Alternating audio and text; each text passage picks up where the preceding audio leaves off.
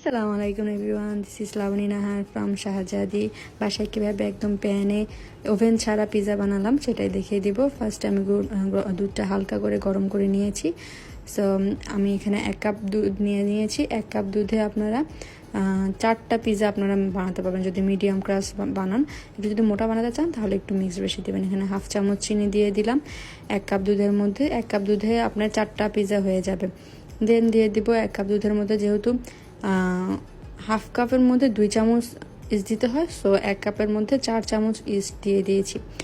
So এখানে একটু milk add করলাম আরও 2টা পিৎজার জন্য, যেহেতু আমাদের 6টা পিৎজা বানাতে হবে। সো আপনার 1/2 কাপ যদি আপনারা মিল্ক নেন সেখানে 2 কাপ ময়দা দিবেন এবং হালকা একটু পরিমাণ মতো সয়াবিন তেল দিয়ে দিতে পারেন। যেহেতু আমি 6টা পিৎজা বানাবো এই জন্য আমি প্রায় 1/2 কাপ মিল্কের জন্য 2 কাপ করে ময়দা সেই হিসাবেই দিয়েছি। ওকে, দেন হাত দিয়ে ভালো করে মথে নিচ্ছি। আপনাদের যদি ডোটা বেশি হার্ড হয়ে যায় তাহলে হালকা একটু কুসুম কুসুম গরম পানি দিয়ে নেবেন। নর্মাল পানি না দেওয়াই বেটার, একটু হার্ড হয়ে যায় আটাটা। সো এইভাবেই নিজে একদম হাত দিয়ে মথে নিচ্ছি ভালো করে যেন। দেন আমি এখানে 3টা ডিম দিয়ে দিব 6টা পিৎজার জন্য। আর আপনারা যারা 1/2 কাপ দুধের পরিমাণে মানে 2টা পিৎজা বানান তারা 1টা ডিম দিলেই হয়ে যাবে এবং ডিমের পুরো অংশটাই কিন্তু দিয়ে দিব। এভাবে 3টা ডিম দিয়ে হালকা ভালোভাবে মথে নিচ্ছি যেন মিশ্রণটা হার্ড না হয়, সেই জন্য উপরে আবার সয়াবিন তেল দিয়ে দিলাম মথে নেওয়ার পর। এবং আপনাদের একটু দেখিয়ে দিচ্ছি যে কি সফট হয়েছে আমার ডোটা। এই যে উপর তেল দিয়ে দিচ্ছি, এটাকে এখন আমি ঢাকনা দিয়ে ঢেকে দেবো যেন এটা যখন আমি রেখে দিব তখন যেন উপরে হার্ড না হয়, এই জন্য তেলটা কিন্তু দেওয়া। সো আপনারা একটা পেপারের মাধ্যমে মানে পলি দিয়ে এটাকে ভালো করে মুড়িয়ে দিবেন যেন বাতাস না ঢুকতে পারে, দেন ঢেকে দিবেন। যাদের কাছে পেপার আছে তারা তো দিবেন, আমার বাসায় পেপার ছিল না, দ্যাটস আমি একটা পলি দিয়েছি। দেন আমি এই যে বিফ এরকম করে কুচি কুচি করে নিয়েছি ছোট ছোট, এবং টমেটো, ক্যাপসিকাম এবং পেঁয়াজ এরকম করে সুন্দর মতো কেটে নিয়েছি। যারা যারা যে কোনো টপিংস দিতে পারেন। দেন আমরা যে বিফটা রেখে সেটা মেক করে নিব। তেলের মধ্যে একটা রসুন এবং আদা পেস্ট দিয়ে দিলাম। এটা ফার্স্টে ছিল রসুন, তারপর একটু আদা দিয়ে দেবো, যেহেতু বিফ রান্না করব সো আদাটা তো মাস্ট লাগবে। আমি এখানে সরিষার তেল ইউজ করেছি। সো এই যে আদাটা দিয়ে দিলাম, এটা একটু ভালোভাবে কষিয়ে নিব। তো একটু কষানো হয়ে গেলে দেন আমি একটু পেঁয়াজ দিয়ে দিয়েছি। পেঁয়াজটা কুচি কুচি করা, আপনারা একটু মোটাও দিতে পারেন, বাট আমি একটু কুচি করে রেখেছি যেহেতু পিৎজার উপরে দিব। দেন আমি এখানে জিরা এবং ধনিয়া গুঁড়া দিয়ে দিলাম এবং এরকম শুকনো মরিচের গুঁড়ো দিয়ে দিলাম এবং দেন দিয়ে দিব আমি গরম মশলা।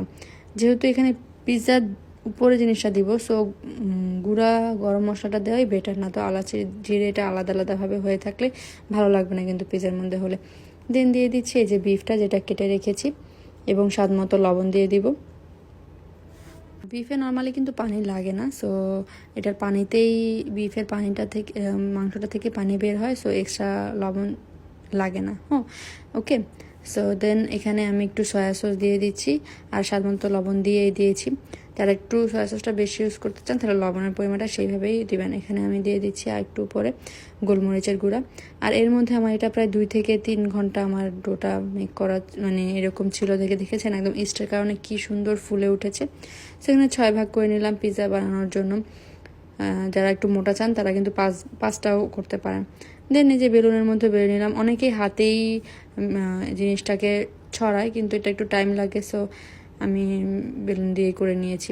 দেন প্যানের মধ্যে যেটার মধ্যে পিৎজা বসাবো সেটার মধ্যে আমি একটু বাটার দিয়ে এখানে ছড়িয়ে নিলাম।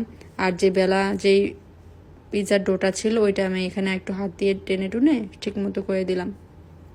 দেন দিয়ে দিয়েছি এই যে সসটা, এটা একটা নর্মাল একদম টমেটো সস, যেটা আপনারা পিৎজা সসও আছে বাজারে, ওইটাও ইউজ করতে পারেন। এই যে বিফটা দিয়ে দিলাম অ্যান্ড এই যে ক্রাশ করে রাখা চিজটা দিয়ে দিব বিফটা দেওয়ার পরে। এটা মজারেলা চিজ। আর যেটা মেন কথা হচ্ছে আপনারা চিজটা দেখে আনবেন যেন ভালো হয়। আমার এবারে চিজটা তেমন একটু ভালো হয়নি, সেই জন্য আমার মানে পিৎজার যে চিজটা যে ভালোভাবে মেল্ট হয় ওইটা একটু কম হয়েছে। সো এটা একটু ভালো করে দেখে নেবেন আপনারা, চিজটা যেন একদম মজারেলা একদম ভালো চিজটাই যেন হয়। দেন এরকম ক্যাপসিকাম দিয়ে টমেটো দিয়ে সাজিয়ে দিলাম। যার যার ইচ্ছা মতো আপনারা টপিংস দিয়ে দিবেন, এটা একদম সম্পূর্ণ আপনাদের উপরই। সো এভাবে টমেটো ক্যাপসিকাম দিয়ে দিলাম। অনেক ক্যাপসিকাম বা টমেটো খেতে পছন্দ করে না, তারা এটা স্কিপ করতে পারেন। আমি কিন্তু উপরে আরেক লেয়ারে চিজ দিব, জাস্ট নিচের লেয়ারে দিয়ে দিলাম। দেন এই যে এখানে আমি অনিয়ন দিয়ে দিলাম, যেটা রিং রিং করে কাটা অনিয়ন ছিল, এটাও দিয়ে দিলাম। এখন সুন্দর মতো আমি সেটা ডেকোরেশন করে দিচ্ছি। যেহেতু এক হাতে আমি ক্যামেরা ধরে আছি আর এক হাতে মানে ভিডিও কাজ করছি, সো আমার একটু ক্যামেরাটা উল্টাপাল্টা হয়, এই জিনিসগুলো একটু আপনারা ইগনোর করবেন। দেন আমি যে সসেস যেটা কেটে রেখেছিলাম, সিপির প্যাকেট পাওয়া যায় বা বাজারে যে সসেসটা পাওয়া যায় ওইটাই একদম ছোট ছোট। এটা কিন্তু ভাজার দরকার নেই, যেহেতু আমরা এই জিনিসটা ভাপে দিব, পিৎজা অলরেডি আমরা চুলায় দিব, সো এটা কাটার আমার মনে হয় না প্রয়োজন আছে, এটা এমনি সিদ্ধ হয়ে যায়। সো যার যার ইচ্ছা মতো সসেস দিয়ে দেবেন। আমি একটু ভালোই মোটামুটি সসেস দিয়ে দিলাম, কেন আমাদের সবারই সসেস পছন্দ। এই যে উপরে আবার এই যে চিজ দিয়ে দিচ্ছি। অনেকে আপনারা করতে পারেন একদম লম্বা লম্বা করে চিজ কাটতে পারেন, সেটাও হয়। দেন এই যে চুলায় পেনটা মানে গরম করার আগেই এরকম একটা স্ট্যান্ডের উপর পিৎজাটা বসিয়ে রেখেছি, দেন চুলায় দিব না তো কিন্তু সাইডটা অনেক গরম হয়ে যায়, চুলায় দিতে অনেক মানে হাতে পুরার সম্ভাবনা আছে। এদিকে যে দেখেন আরেকটা বসিয়ে দিয়েছি, ওইটা হতে থাকছে। দেন আমি অরেগানো দিতে ভুলে গিয়েছিলাম, দেন আবার ঢাকনাটা উঠাই অরেগানো দিয়ে দিলাম। এটা কিন্তু আপনাদের মাস্ট হ্যাভ, তাহলে পিৎজার আসল যে স্মেলটা সেটা আসবে। এই যে আমার পিৎজা রেডি হয়ে গেল। আমি যে বাটারটা